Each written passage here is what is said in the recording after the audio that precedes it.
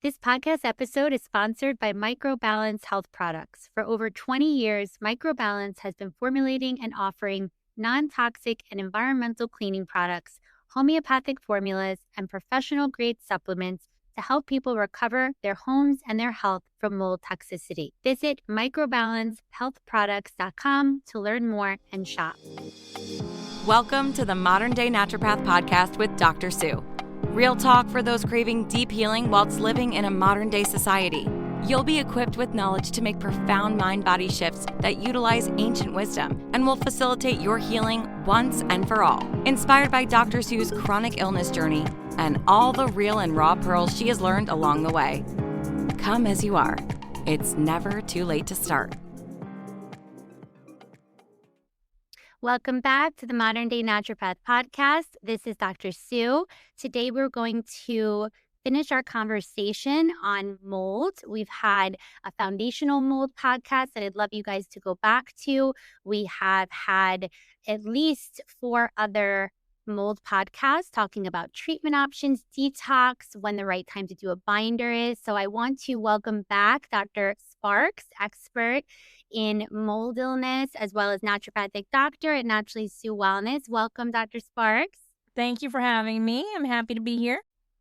I know we've been chatting so much about mold, but each time we do so, we find even more that we can share with people. So this topic is so big and it is so many intricacies, and it's really nice to be able to have us, because we speak to patients every day and you are an expert, actually have a conversation about this topic together so people can hear from a naturopathic standpoint how we actually think about a patient's case, how we address the patient's case. So I would love you guys to go back to those podcasts, watch. We have a ton on detox and making sure that you're actually not going to make yourself sicker, and then listening to this one after, because this one is going to be about the final stages of mold treatment, which involves that antimicrobial portion of the treatment. So a lot of times we'll see patients going right for the antimicrobial portion, and that's when they don't feel well. They're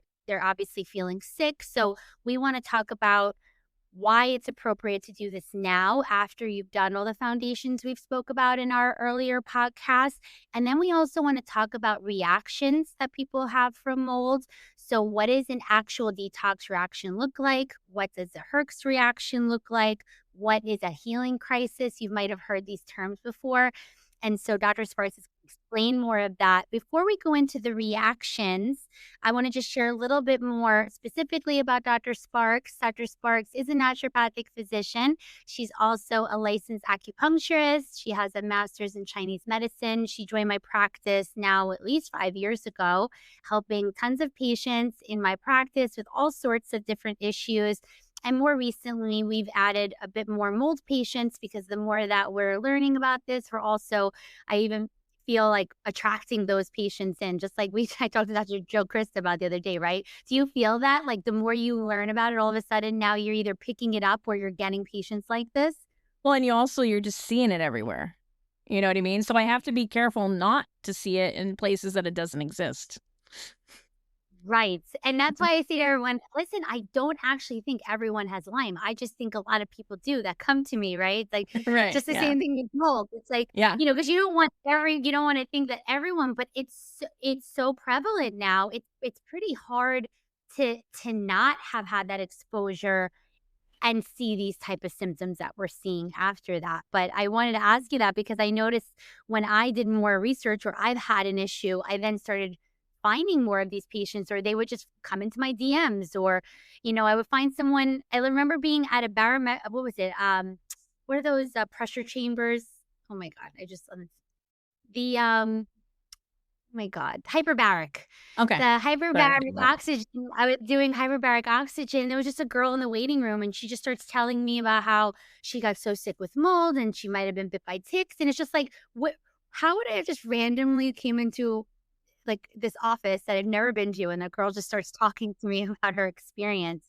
So we are getting more of these patients, and because of that, we're learning a lot more just by their experiences. So I'd like to talk a bit more, and I'd love for you to share. And also, before you guys forget, I'd love you to follow Dr. Sparks on Instagram. So you could press pause and then follow her. It's Dr. Sparks, DrSparks, on Instagram. She shares awesome things about mold. So tell us a little bit about this antimicrobial part of our treatment. And maybe for those who didn't hear the other podcasts, maybe just give them a little bit of an overview of, like, obviously the very basics. If you, of course, want to hear in depth about the foundations, go to those podcasts, but maybe just like basic foundations and then what kind of led us here.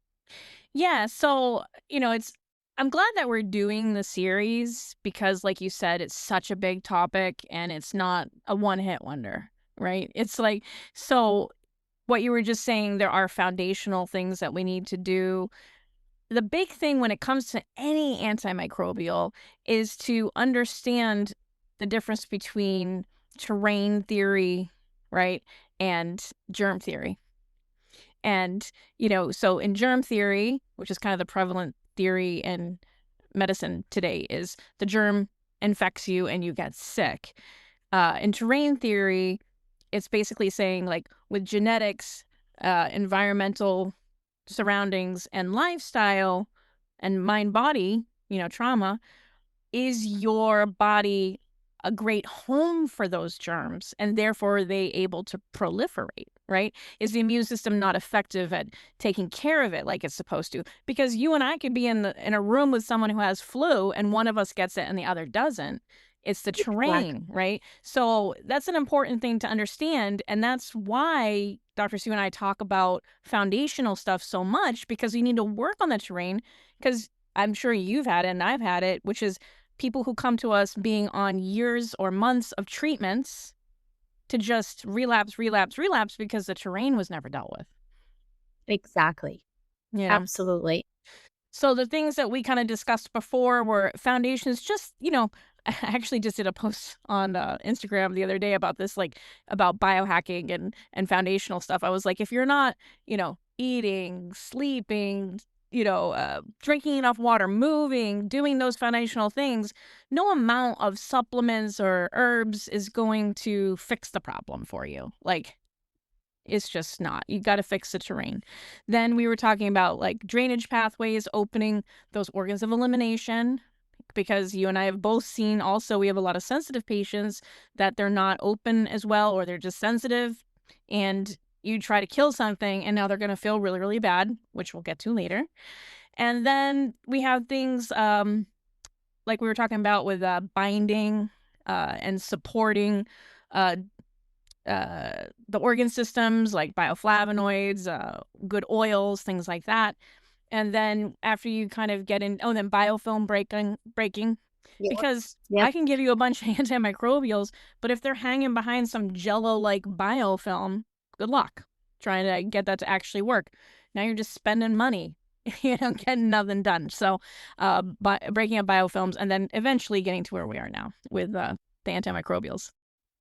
Yeah, that's such a good summary. So those things set the stage, right, for your body to be able to do this even part of the treatment. So now let's just say your patient is up to the part where they did all the foundations and now you're like, okay, I want to do some antimicrobials. I do want to ask you, has there been patients who you feel like you've done the foundations and they feel so much better that you didn't need to get to an antimicrobial point? Because I've personally seen that, but I don't know if it's negligent to then not do that at some point, because if the person's feeling like 100% better, it's like, oh, do I really go in there with an antimicrobial now, right? Like they actually feel better. So I wanted to ask you, like, if a person has done all these foundations and they're like, I'm like a new person, do you even need to get to this stage where you kill stuff? Okay, good. I'm happy you agree with that. Yeah. I mean, Dr. Krista talks about the peeling the orange, and she calls the foundational stuff the peel itself. And the number one thing in that peeling is getting away from the mold.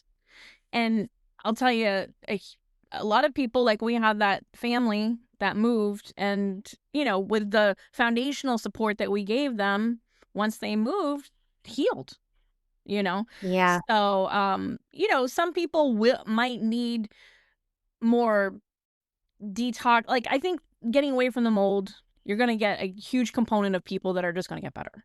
But then after that, you might need to help people with drainage detox more. You might, I would say, in a small percentage of people who get away from the mold, would you actually even need to use the antimicrobials? It's the Okay, people that's who what I want. don't get away from the mold that we have the issue with. I see. Okay. So now where would you feel like, okay, like maybe give an example of now you're seeing a patient, you did the foundations, maybe they're like 50% better, 60% better. Um, what would you kind of see in them that would, or where would you be in the process that you'd be like, okay, I'm going to get to this antimicrobial, antifungal, and then what would you do then? You mean antifungal wise? Yeah, like, what would you give? So, for example, you have this patient and you did these foundations, and now you're like, I actually think, like, what about the case would tell you, I'm gonna do the antimicrobials now, these antifungals, and then what would you maybe give them, for example? Ah, okay, yeah. Well, and one thing that I kind of skipped over is the one place where I do use antifungals kind of from the beginning is sinus spray. Oh, yeah. Because the spores can go in there, colonize. And if you're colonized, like we spoke in that other podcast more in depth. Oh, yeah, perfect. I think that one has the xylitol, right? Yeah, and for those listening and not watching the YouTube, I was just showing they have the Microbalance Citri Drops nasal spray, so I was just showing it on screen just because this is a really good nasal spray Homeopathic. that does have microbials, but it's not like a systemic killing agent that you would give in like more of the, few months after you started process. Yeah, it's a homeopathic, I believe, with xylitol, so it breaks up biofilms. And then the other thing too is, yeah, we don't want to have the colonization because then you're kind of reinfecting yourself, even if you get away from the mold. So, but when it comes to treatment, I think it, it depends, so what happens, I feel like it's like kind of like a stepwise process, like we're working on stuff, people will get better, they plateau, they get better, they plateau, they get better, they plateau. Um, and at some point, you're kind of like, we're doing everything and you've plateaued. Okay, it's time to go to the antimicrobials. And typically, I'm sure other people feel this way, but I really like to do kind of antimicrobials that have multiple different antimicrobials in one, because the mechanisms of action in different herbs are, work together synergistically. I actually, back in naturopathic medical school, I was a research assistant, and we did research that actually I think I'm published in. It's on Wow. PubMed, um, about the antibacterial resistance to of different bacteria to different herbs versus drugs. And I had a harder time creating resistance to herbs than drugs because with herbs, there's multiple mechanisms of action, not just the one, right? Oh, I love that. I remember this now. I think you and a couple were isn't Vanessa too, one of our Yeah, other friends, yeah, naturopath. I remember she was in a she was telling me about it. I didn't remember that you were yeah. also Well, doing. I actually gave a presentation at the AMP about it back in the day. No way. Yeah. So Oh, we should that's try to our find that link national, to that study. yeah.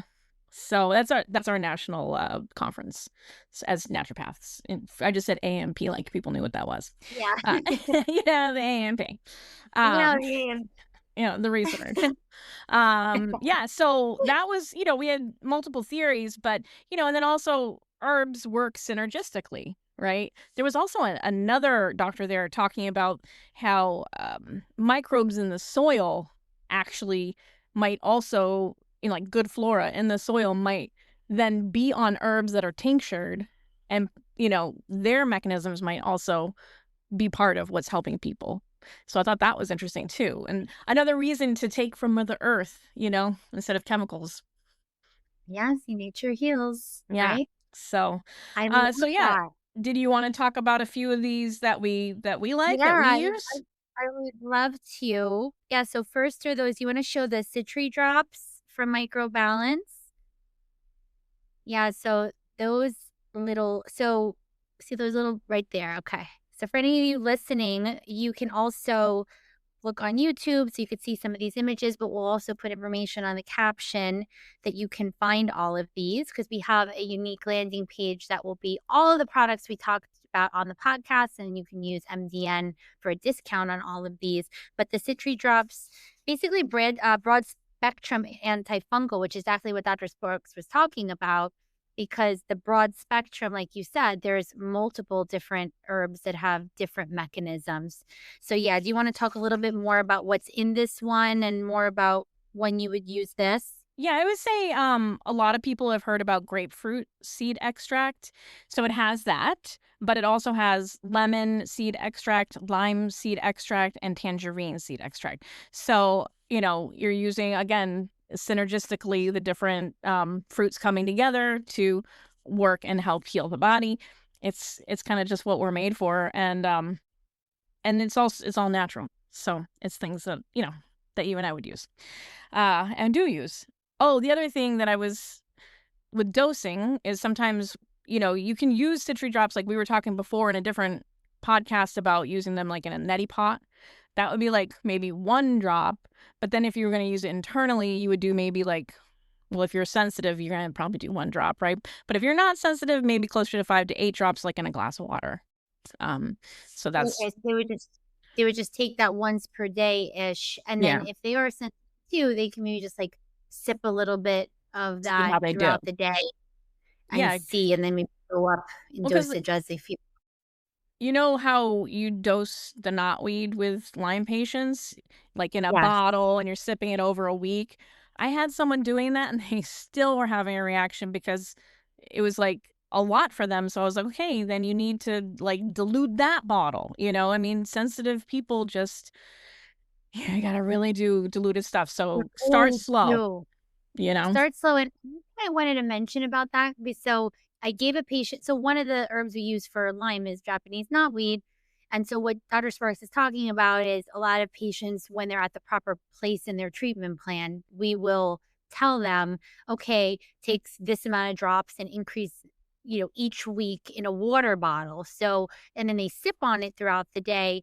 But she was saying even just diluting, even just 1 dropper full in a bottle of water, even if you sip it throughout the day and it's diluted, is too much for people. And then people will say, yeah, but I just had this conversation with someone the other day. Yeah, but I want to get it over with. And I said, yeah, but you're telling me you're severely ill. You want to get it over with. So then we're exceeding your pathway's ability to get stuff out. And then we're going to actually cause more issues with just the recovery part. You're going to be so exhausted and from flared for so long, it's actually going to be longer if if I'm pushing you. Like I had this woman say, yeah, like I just need to get it done. Meanwhile, she had just taken an oregano and it like put her into a flare and she wanted to now take more. And I said, but you were so unwell, from this amount, we don't want to do more. So I'm bringing that up because people always think like in order to get somewhere, you have to do a lot. But I'm sharing this story because I had a patient who did 1 drop of Japanese knotweed, 1 drop. That is it. And she said her foot pain that I believe has been related to Bartonella for probably ever. She had Lyme disease, but she's again the most sensitive patient. She said her foot pain, that like tendon, I think it's like you get this like I think it's more by like the Achilles tendon. It's usually like, or it could be anywhere in your foot. I've seen that a lot with Bartonella. She said it was gone with 1 drop. So I really, that was a lot of learning for me in that moment because I felt like even though I kind of knew that little can go a long way, her body, that's all it needed. Well, It's and like we didn't need.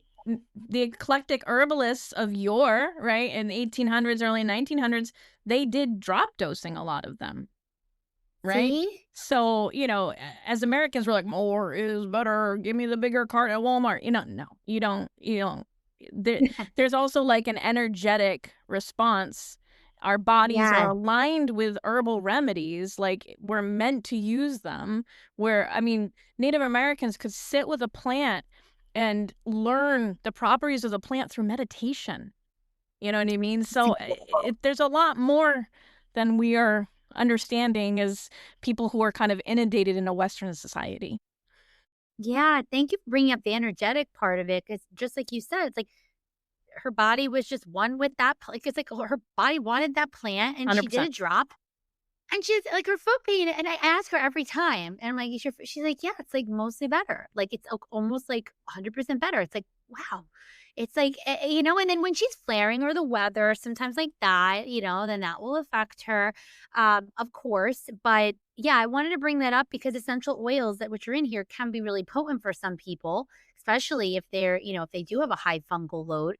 So just the point is just don't push your body and go slow. And even if you have to, I remember our mentor used to say, like, if you have to take, like, he used to put, like, one of those, the UNDA numbers, which are those biotherapeutic drainage. He used to put a drop in a bathtub and make people lay, like, in the bathtub. Like, that's how sensitive some people were. So just do whatever your body can handle. And don't, if you're listening to this and you want to, DIY it, don't just pound a ton of citry Right. drops, Yeah. please. And then Because I be guarantee we'll DMing get a us. message. Yeah. And then we'll get a message. So, yeah, please don't do that. If you're dealing with mold exposure or fungal overgrowth, you know how tough it can be to find the right support. That's why we love Citri Drops dietary supplement from Microbalance Labs. It's a powerful, natural antifungal that actually works. Citri Drops is a broad spectrum antifungal that helps lower candida levels in the blood, supporting your body's natural detox pathways. Unlike single compound antifungals, which can lead to fungal resistance, Citridrops uses a blend of multiple citrus seed extracts, making resistance virtually impossible. And because it's all natural and non toxic, you can feel good about using it as part of your mold detox protocol, whether you're fighting candida, mold related illness, or just looking for extra immune support. This formula is a game changer.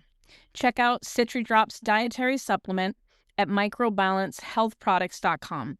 And don't forget to use our exclusive code MDN for a special discount. So we have Citri drops that you could take internally, the dietary supplement. Then we have the Citri drops that we've shared before, the nasal spray, Homeopathic, yeah. homeopathic. And then one of the women from the company actually shared a link with me to a really small baby cute, like, diffuser that you can travel with. And she told me to bring the Citri drops, the dietary supplement, and just put the drops into this little diffuser. And so literally when I got to New York last time, I literally was the first thing I took out of my suitcase, and I put it on, and it will start, I think it just, I don't remember, but it will, like, start diffusing like every X amount of minutes.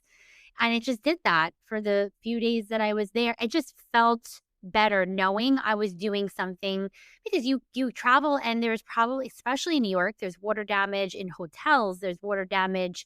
And what are you going to do? It's like you don't want to not travel, but it's like, what can I do to support myself as best as possible? So feel free to also use those drops. Besides, like Dr. Spark said, in the neti pot, you can do the nasal rinse, but also in this diffuser that you can even travel with, or your home diffuser. Yeah. And it also helps with bacteria, right? And viruses. Like it's immune support as well, you know? So anything that you would use grapeseed extract for, you can use this for because it has that plus more. That's very true. So if especially you're, around people in a house that, might be sick, that's also nice to put throughout the home. So that's something you guys can do to protect yourself when traveling. And then do you want to talk about some other antimicrobials that we like, either single herbs or even other blends? Are there ones that you've used the most because you've seen them effective, or ones that you just like out of our list? I would say probably one of my favorites is biocidin.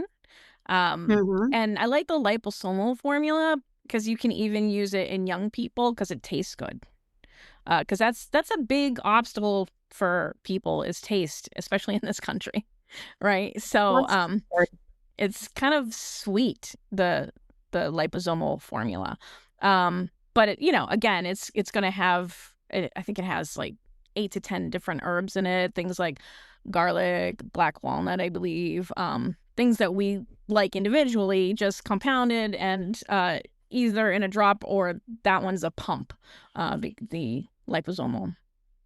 But that's Just probably make one of sure, my favorite. is that the LSF, or is that is that, because there's a biocide in LSF that I think is a bit more potent, and I've always personally with my patients don't do the like, I start with the regular blend first because I'm afraid that that one's gonna be too potent, but Okay. that one everyone uses, that liposomal one you're talking about. It's just my population of people, it's a I would do the regular one for them first. If they could tolerate that, go to the liposomal, because I think it just goes even more intracellularly and it just dumps out a bunch of stuff, but it's really effective. Like, if you're a person who deals with detox well and you've not had any symptoms, then that's a great, really effective one that's a lot of naturopaths use, especially for Lyme disease and gut infections too. Yeah, yeah, yeah. Yeah, I use the drops with people who are super sensitive. Yeah, Uh, and because then you then can titrate. yeah, yeah, yeah. The the other one from that company that I really like is Oliver Rex. That one's geared a little bit more towards fungal pathogens, so that's another good one. I love that one, even for Epstein-Barr and, like, viral Right. reactivation. It has, olive leaf in that. I love that one. I usually give that to people, like, when they have, like, a lot of, like, Epstein-Barr which most of the Lyme patients, there's always, like, some type of viral reactivation or there's some type of other thing. That's one of my favorite products by them. Yeah, yeah. What else do you like? Well, I'm just looking at our list here because there's so many. I use Oliverax. I like Mega Myco, I actually like. Oh, right. Yeah. That's, I always say it wrong. I think it's undesolenic acid, which is this fatty acid derived from castor bean oil, supports healthy balance of yeast in the gut because it has also propolis, which is that plant resin. I love putting propolis on my smoothies, the Oh, organic cafe. It So when I went to Erewhon the other day, I bought it, I put, like, 4 pounds on my smoothie today, but, yeah, it has propolis also in it, and that is also good for the immune system, so make a myco. But again, I like the more broad spectrums. What else do I like? well, but I Uh, mean, bur what? Yeah. What were I you was gonna gonna say? say berberine I like for people who, let's say they have, like, metabolic stuff going on, maybe some gut stuff, because berberine can help with cholesterol, blood sugar, and it's an antimicrobial, so that's a good one too, I like. Yeah, see, then that's like the opposite. You have one product that does a lot of different things, you know, Exactly. instead of a lot of products that do one thing, or do, things together. Yeah, But, but then like you were saying, yeah, we love the combination products, but sometimes, especially with sensitive people, it's good to do a single product because then yes. this thing is like hurting or not hurting, is good, not good, because sometimes if you're doing a multiple, a blend, then okay, well, what thing in there was the thing that they're reacting to? You don't You know. don't know, that's, like, so confusing, like, about with the protein powders. The protein powder will have, like, 42 vegetables, and it's, like, green pepper, but, tomato, and I'm like, "Well, maybe it's a nightshade, or maybe it's this, or maybe" that's why I'm like, they want a protein powder, I'm like, it has stuff like 3 ingredients or something because I just don't know what you're gonna react to, so I'm so happy you just said that, like, if you are sensitive, just maybe 1 dose served, and you're like, "Oh, this is making me not feel good. I know it's this," opposed to it's the one ingredient in biocidin, and we would never know. Yeah, and then I mean, for example, like you talking about the knotweed and how potent that one thing was for someone, or I've had someone who, we've tried lots of different things, and they're like, you know what, I do really well on cat's claw. It's like, oh, okay, then just do that. Like, that's the other thing is like if you're doing one thing, then you know how you interact with that, and it's safe for you. Yeah, and how many patients have you had that you'll give them Teasel for, let's just say, Lyme, and they're, like, feeling like they're gonna die, and then you give them cat's claw and they feel amazing, and so you're like, Yeah. "Okay, well, probably not gonna use Teasel anymore for you," you Yeah. know? Or the And I'm fine opposite. with it. Yeah, Yeah. or the opposite. Yeah, sometimes you just don't know, and also, what about, like, a indirect way, like with, for example, Microbalance has that IgG gut protect. So they call it's a basically a bacterial binder, mucosal protector. So that could be an indirect way right? As you're killing off some of these things, also as a binder, and then to support the immune system in the gut, which can help with overall healing. So, where I don't know if you have anything to add about immunoglobulins and how you feel about those. Well, I think that harkens back to what we were saying at the very beginning about the terrain, which is, we can try and kill as much as possible, but even the best antibacterial or antibiotic in the world they give you intravenously, in the hospital is there to kill enough bacteria or hurt enough bacteria so that your immune system can take over. If the immune system doesn't have the ability to take over, you do not win the battle, no matter how much they inject into you. So same with us. So that's why we're always working at immune regulation. So that's a really important thing to talk about. Yeah, that's good. Yeah, right. Just like, again, going back to those foundations. And then I personally never used yet the Sinus Defense 2.0. Have Oh, I you? love it. I love it. Oh, you Oh, do? yeah. Can you Okay. share more about it? So, this is also a homeopathic, but it's for under the tongue. I'm a baby, so I can only do sinus sprays once per day, and I usually do it in the morning. But then at night, especially in the winter, it's really dry, and then my sinuses get all clogged, and I have a hard time breathing when I'm sleeping through my nose, unless I use this. I mean, literally one spray and I can like breathe again. Really? I Do you think. think I should use this for I just had a patient who had Marcons come up. I could just Oh, do that, right? Because it's just gonna, so it says here in, a way to desensitize the body to fungal pathogens. That's what this product does, Sinus Defense 2.0. The transfer factor in the sinus defense helps the body identify and tag fungal pathogens to decrease reactivity and helps lots of sensitive people who can't start with antifungals yet.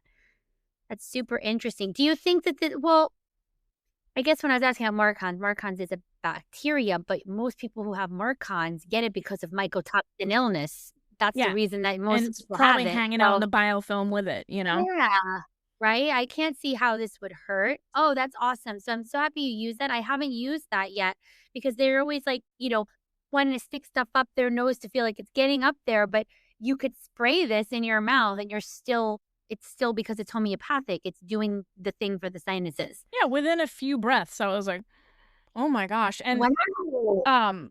oh gosh, what I was just gonna say. Oh, you remember in med school when we're learning all our physical exams, we're supposed to, like, stick the light up Yeah. and look in the nose, and then we're like, the turbinates are boggy, alright? So it's like these whirly things inside your nose that kind of push air through it to get rid of like, to trap toxins, right? But then also to moisturize the air, blah, blah, blah. But if they're inflamed, they get kind of boggy. So I imagine that as kind of like if you had a sponge, that's like the difference between a dry sponge and a wet sponge. But that's like inflammation. That also kind of happens, I think, in the lining of your sinuses and then in the lining of your nasal passages. It gets boggy, it makes it hard to breathe. But I feel like when I take the sinus defense, the bogginess I feel like decreases and I can breathe better. Wow, so it's almost like you just feel like kinda like a More almost open. instant deep out or like like the inflammation Yes. internally kinda goes down, so you just feel like you could breathe, but it was probably, like you said, it's like kinda like astringed those boggy tissue, like, kinda like wrung it out, like the It's the kind of boggy. like what they wanna do with, is it Afrin? One of those, Flonase? One of those where they're Yeah. trying to restrict the blood vessels to, it's the same thing. They're doing it chemically. This is naturally. So this homeopathics is having your body do it for you. You're not forcing your body to do anything it doesn't wanna do. Oh, I love this. Thank you for sharing because I haven't used this on a patient yet, so I'm happy you did it with yourself, and we're guinea pigs, that's why we have, like, I wanna see who has more stuff in their house with products and Oh my gosh. supplements. It's actually that's crazy. If you add up, oh my goodness. I always say to people, they're like, "Come in my house." They're like, "Whose are those?" I'm like, they're like, "Oh, you have a store?" I'm like, "No, they're actually Never mind. they're mine. No one gets them but me." Do you ever need to actually give antifungal? Like, have you ever seen a patient that you've said, wow, nothing that we've done so far antimicrobially or the foundations moved the needle, and I need to do an antimicrobial from an RX standpoint, like an actual pharmaceutical. Have you ever seen it? I personally haven't seen that, but have you? So I'm not in a state where I can RX, but I have seen one person that did, and so I sent her to her MD for it, Mhm. and it did help her. Um, but yeah, no, I typically just use herbals, but they're available for the people who need them. You know, Yeah. Yeah, I was just curious if it's common. I don't see it as common. I've had patients who've said they've taken them before from their medical doctor, like, we can't prescribe them, but we'll always tell them, "Hey, if we really feel like something's out of control, we'll say, 'Hey, go to your medical doctor. Maybe you need to integrate this pharmaceutical,'" you know, and this doesn't just have to do with mold. This could be anything, right? This is right? where crisis care comes in, or we're like, "Hey, I think you may need this pharmaceutical while we're working on this temporarily. Talk to your doctor about that." But there are antifungal medications out there. So just wanted to share that with you guys. If some people who, have been in a really, really toxic mold situation and maybe they need to do that, that is available. But of course, talk to a medical doctor who has mycotoxin illness experience. And then, is there anything else you want to share about the antimicrobials before we get to the Herx detox and healing crisis part of this? Well, just to kind of add to what you just said, Yeah. is you were saying, like, an MD who has mycotoxin illness. A lot of MDs are gonna poo-poo mycotoxin illness talk, just so you know. Um, and a lot of naysayers will say things like, "Oh, so people are just having mycotoxin illness now." You know what I mean? "Oh, it's become a thing. Is it because of Instagram or whatever?" There's all the negative things that people will say, especially to a sufferer. God forbid, and tell them that it's in their head or whatever. But what I wanted to say about that is that, no, these things have been around for millennia, right? Because fungus has. It's been decomposing bodies for ever since there's been bodies. But Yeah. back in the day, we were giving it different names. So what we're talking about with mycotoxin illness is root cause medicine, right? Whereas back then it was probably called chronic fatigue or fibromyalgia or the vapors or whatever, you know what I mean? So, yeah, no, these things have been around and people have been feeling horrible for lifetimes, but we're just learning more now, right? So I just wanted to Yeah. say that. And so if you have a doctor who doesn't understand it or is a naysayer or whatever, it's why you have us, right? Like, so then we can help you with the terrain and all the other stuff. And then if you needed to go to the doctor, you have the combination of the two people together. Exactly. I'm so happy you said that because with first what you said about conventional doctors may not even know a ton about that, but let's just say it was a conventional medical doctor and they were willing to give you a pharmaceutical, like you said, then we would add some stuff to it and make sure we're doing all the naturopathic stuff. But then there are some like functional medicine doctors who at least won't poo-poo you and be like, "Oh yeah, this actually is a thing." But you're right when you say it's been there this entire time. And we're just like, now it's kind of like how everyone now is like, if you notice on your Instagram, everyone's talking about perimenopause and the horrible symptoms that you can have as a woman that you didn't really there. Everyone's talking about it more because now there's more research debunking some of those studies about bioidentical hormones, how they pegged it as this cancer therapy, but it's really not. So now people are actually learning more and they're like, "Oh wow, I didn't have to suffer 20 years ago like I did." Like these women who are in their 60s, 70s now, and they were suffering because we're learning more, just like mycotoxin illness. The more you learn about something, so it's not a reason for them to say, "Oh, well, now we're just bringing this up because it's on Instagram." We're bringing it up because people are sick and they're talking about it and we're learning more, right? So, yeah, thank you for bringing that up. Yeah, and I think the information age has really changed a lot of that. The other thing on the flip side of that to be careful about is, even our podcast is don't go around self-diagnosing yourself and your family and your friends because it's very intricate. I mean, mold can look like a lot of other things, right? You can have that's why sometimes we don't find mold in someone until a couple sessions in, because we're like, oh, they're just having SIBO, or maybe they have EBV, or maybe it's mold. You know what I mean? So, there are fads on Instagram and all the other, platforms. One month everybody has parasites, next month everybody has yeast, blah, blah, blah. But so just be careful. The best thing is to find yourself a practitioner that you trust.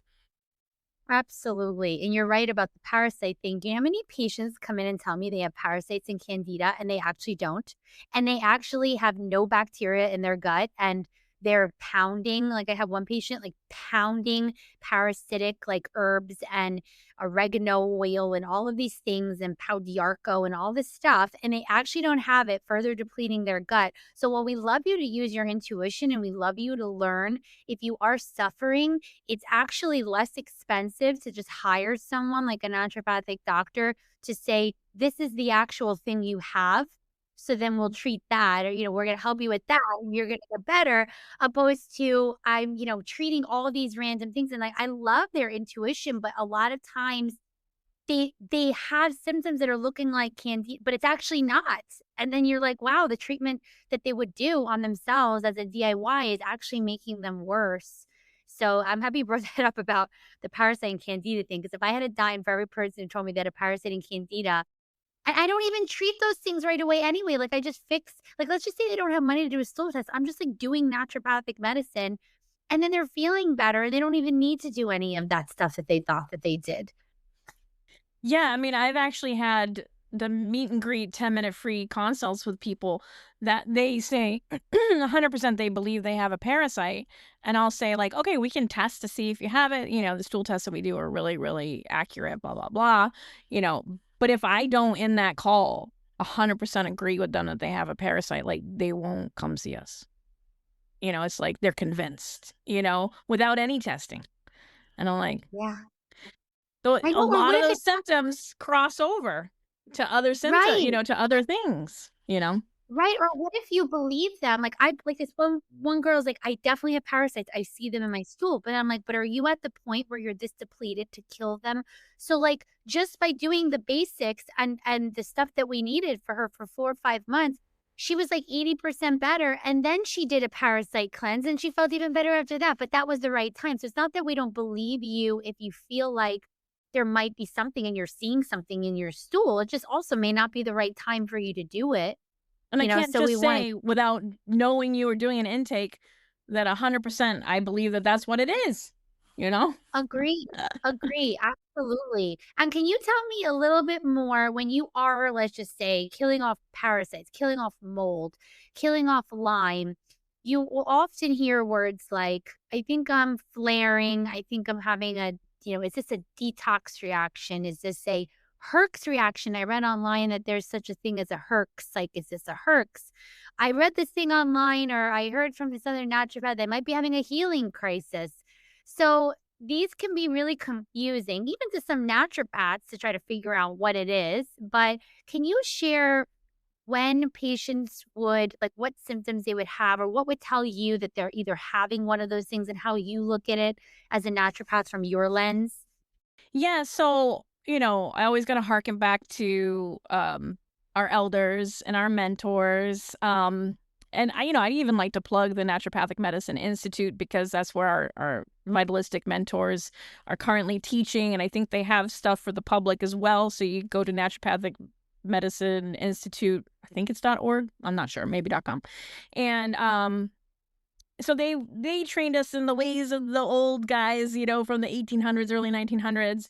And but I don't think anybody really used detox reaction back then.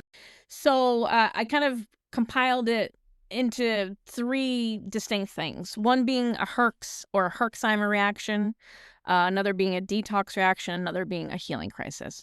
So the Herxheimer reaction was, I believe, was a Dr. Herxheimer who realized that people would get worse initially when they got treatment for syphilis. So they would be killing them too fast. We call it sensitivity. And so basically, it's kind of like this battle between whatever the agent is, the antimicrobial, your immune system's helping, and then whatever the germ is, right? So it's basically you're having this battle, you're killing germs, and then when that happens, you have dead immune cells, you have metabolites, you have dead bugs, all of that's kind of going into the lymphatic space, maybe not getting out through the liver, through the kidneys, through the intestines as fast as it needs to, and then you feel worse, right? And so that's basically referring to killing bugs too fast, right? And then feeling horrible about it. We can talk about symptoms in a second.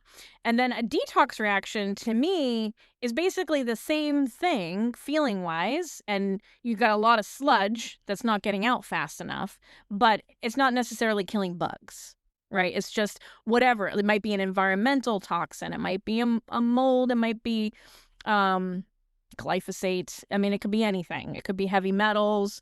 And so again, we're trying to get it out faster than the organs of elimination or emunctories will allow. So again, you're going to feel bad.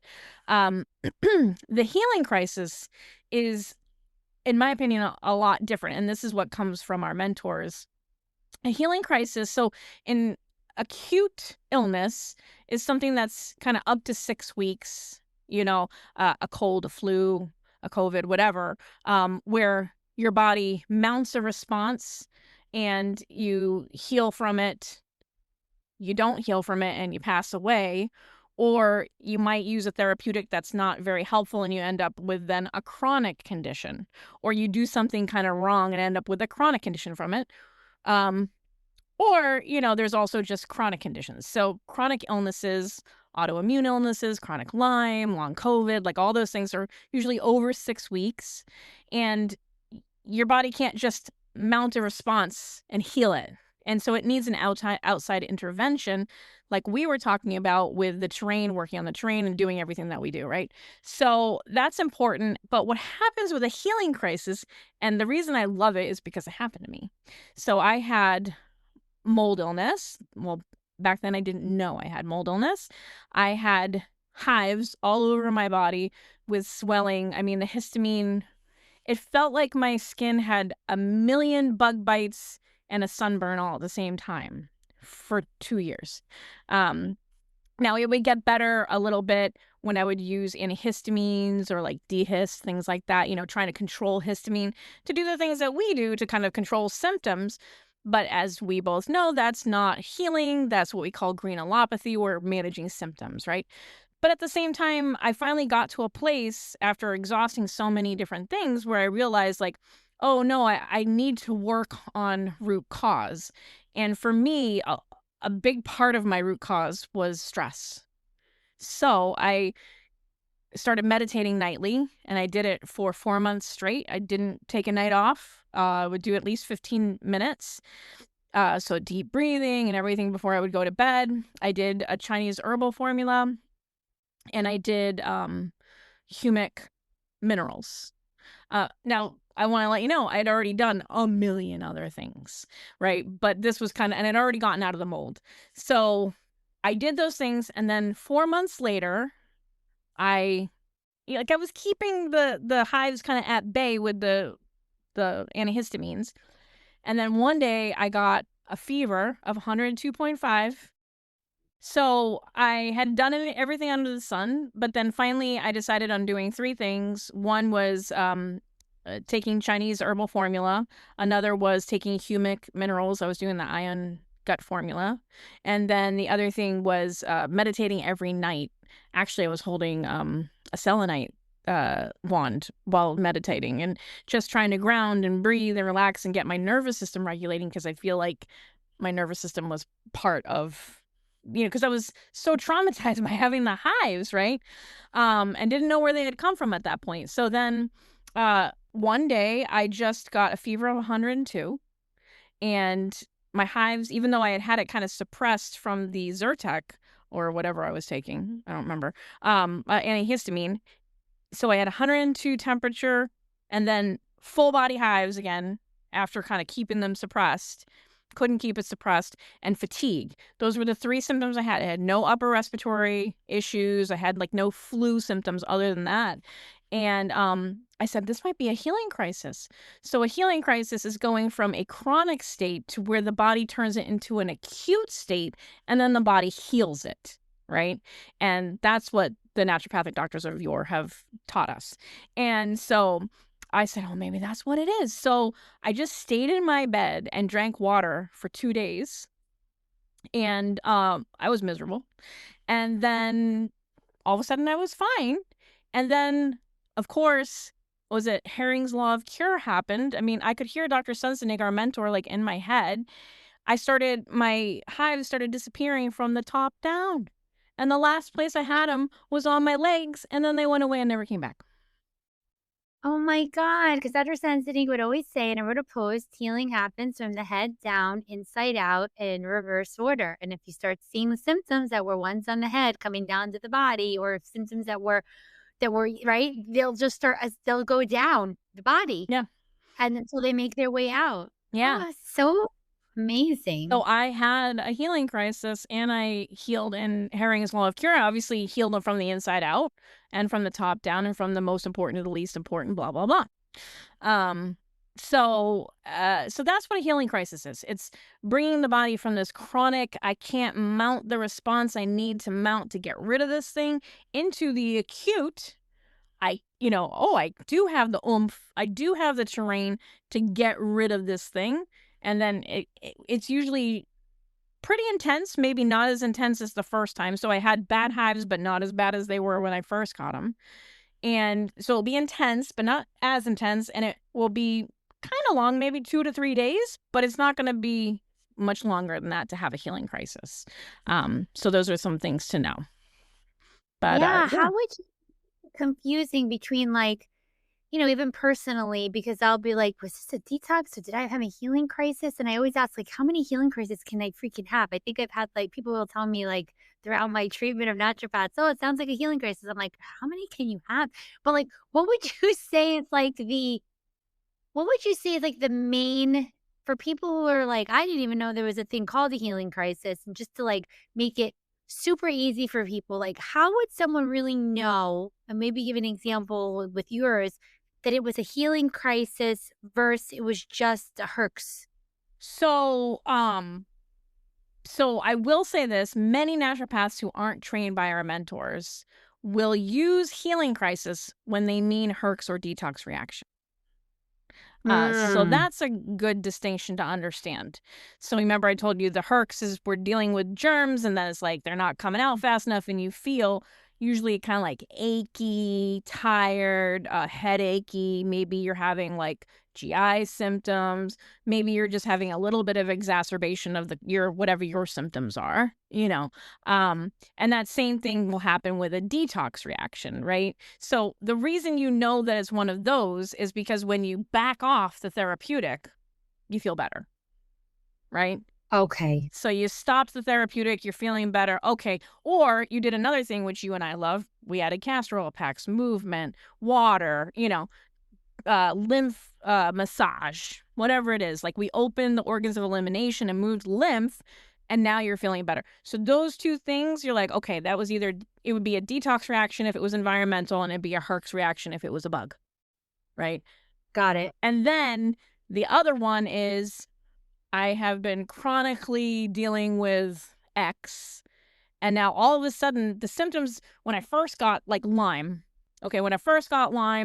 I had cyclical fevers, I had this, I had that, I had fatigue, and now I have all those symptoms again. I haven't had them in 20 years or 10 years or 5 years, and now I have them all again, but like not as bad as that first time, and only for like 2 days. And now I'm feeling so much better and I feel like myself again. Healing crisis. Got it. So it's also like a return of old symptoms. Yes. More of a return of old symptoms instead of that sludgy. Thing.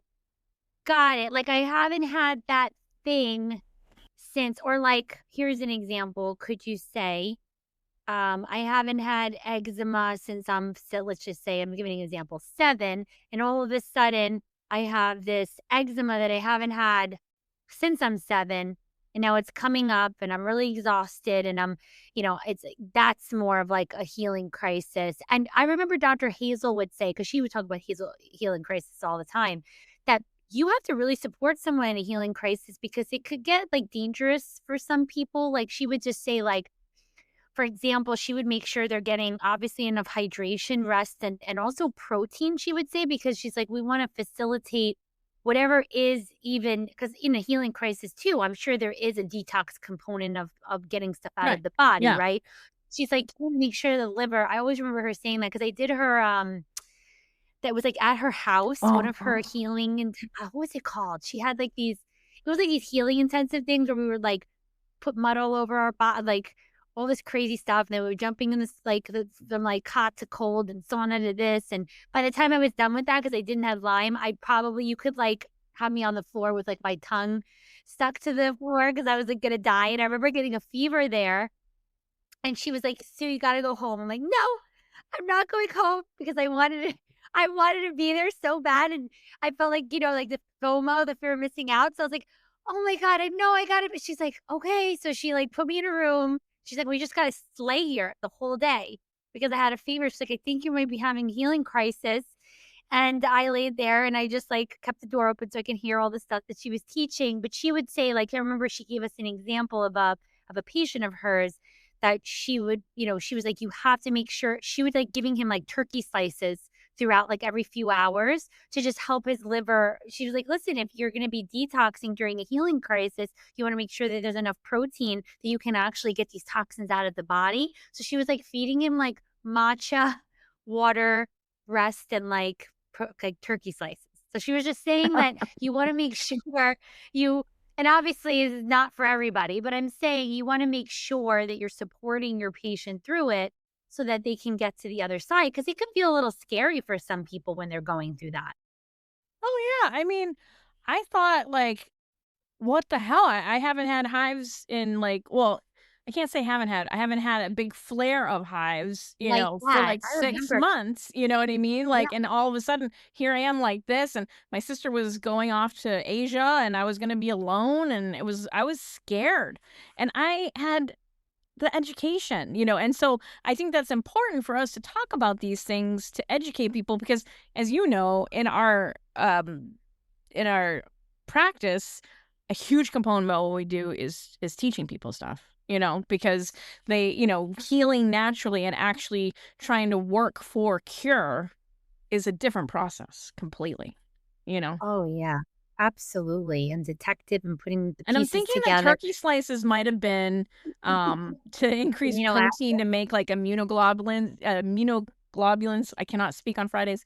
And to help fight whatever was needing to be fought, you know? Yeah, I think it was and then also she kept saying amino acids, but she was just saying something like, "We need to support his detox pathways, too." I remember her saying Yeah. that. She was just really giving him, like, turkey. It was I'll never forget that. You know when you just see like, you just hear a story, you'll just never forget it. Do you give people, like, for example, like that bioactive binder by Microbalance?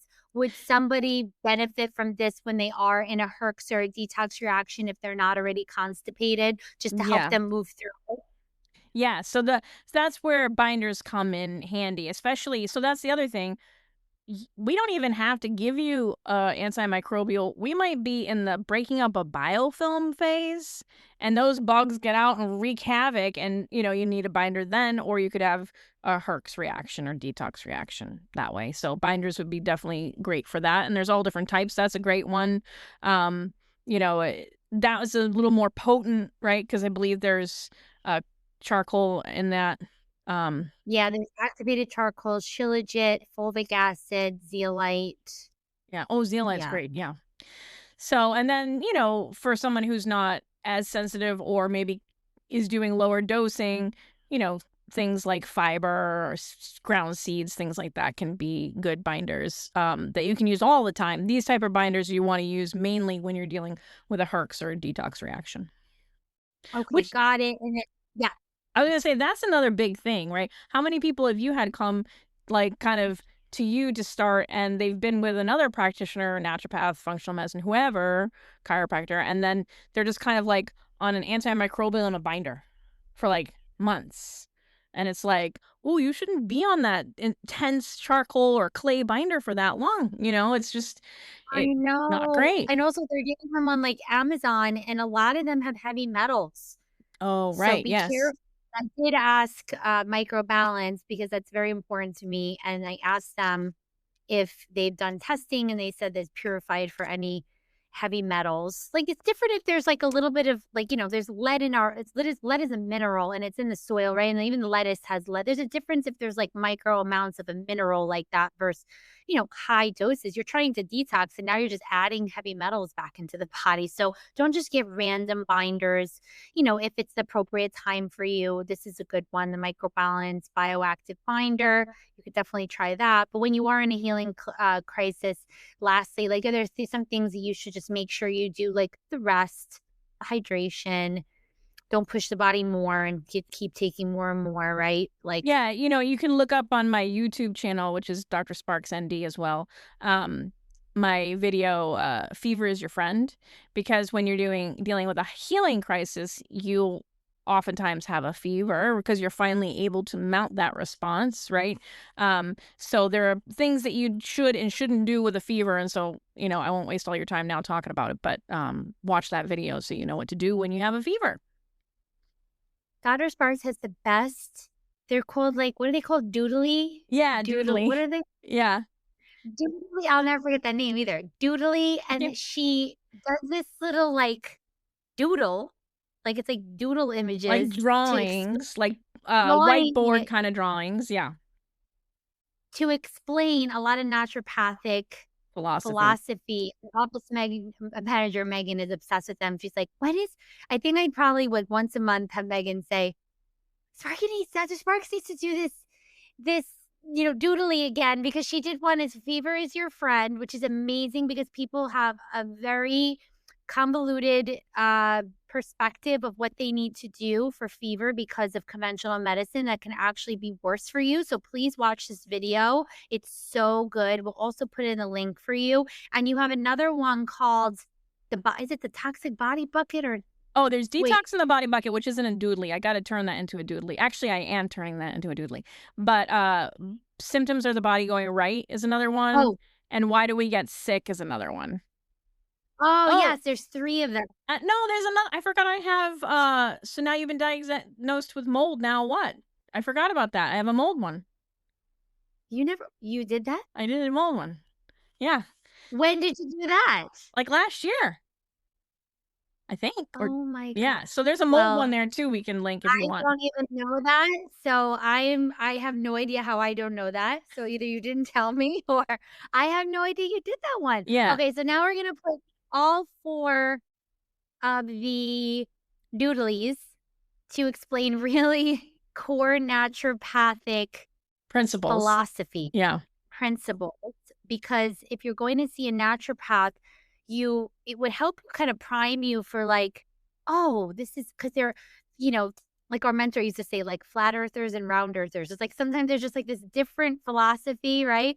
Between how the naturopathic doctors are looking at, a medication or a therapy versus how we see it, right? So those are 4. And then you're going to do one on, you had said, on the healing crisis Herxheimer. So stay tuned for that It's one. going to be part of It's going to be like Detox in the Body Bucket, miasms, and the Herx. So Ooh, that's so exciting. I'm so happy we got to finish this conversation on mold. We had some really good topics we talked about today with antimicrobials, when to do them, healing crisis versus Herx versus detox. Is there anything else you want to share today before we close? I think we talked their ear off. I know. You've heard quite a bit about mold. Do you want to just share quickly about some of the ways that people can work with you, offering free consults to see if you're a good fit? Because you want to sometimes just see if the personality of the doctor and if you guys jive, if you like each other's energy. So maybe about the free consults and then the either pay-as-you-go visits or what are the packages that we offer patients? Yeah. So I do offer a 10-minute free, we call it like meet and greet or courtesy call, to get to know people a bit and to really answer the questions of like, how do I practice? Like, because it's just so different than what people are used to, right? So it's not a call where you're like giving me all your symptoms and I'm giving you advice. Like, that's not the call. The call is, how do you work? What is it that's different? What do we do? Those kind of things. And how could we help you that's different than what you've been doing? Because obviously you've been doing something that hasn't been working. So you're coming to us, Yeah, right? exactly. Only 10% of Right. you are just like, oh, I love naturopathic medicine from birth, So, I know. I and then we wish. have pay as you go pricing, right? Obviously. And then there's different like gold, VIP, and platinum, silver, gold, platinum packages. But then we formulated a mold package because typically if someone really is dealing with mold illness, it's they're pretty sick, and it's usually, I think 6 months is a nice round place to kind of place it at, because as you heard earlier in this podcast, we're starting with foundation, working all the way to biofilms and antimicrobials, and it takes a while for the body to be able to do that. Absolutely. So you can make a free consult on our website. It's www.naturallysue.com. We have a contact form. You can ask us a question or request a free consult with Dr. Sparks there. Thank you so much for being here. Thank you for all of your expertise. It has been amazing to talk about this with you. And if you want to follow Dr. Sparks on Instagram, don't forget to go to her Instagram, Dr. Sparks ND. Thanks again. Have a lovely weekend. Yes, thank you. Bye-bye. Bye. For any Microbalance health products, please visit microbalancehealthproducts.com and use code MDN at checkout for 10% off of your order. Thanks so much for listening to Modern Day Naturopath Podcast with Dr. Sue.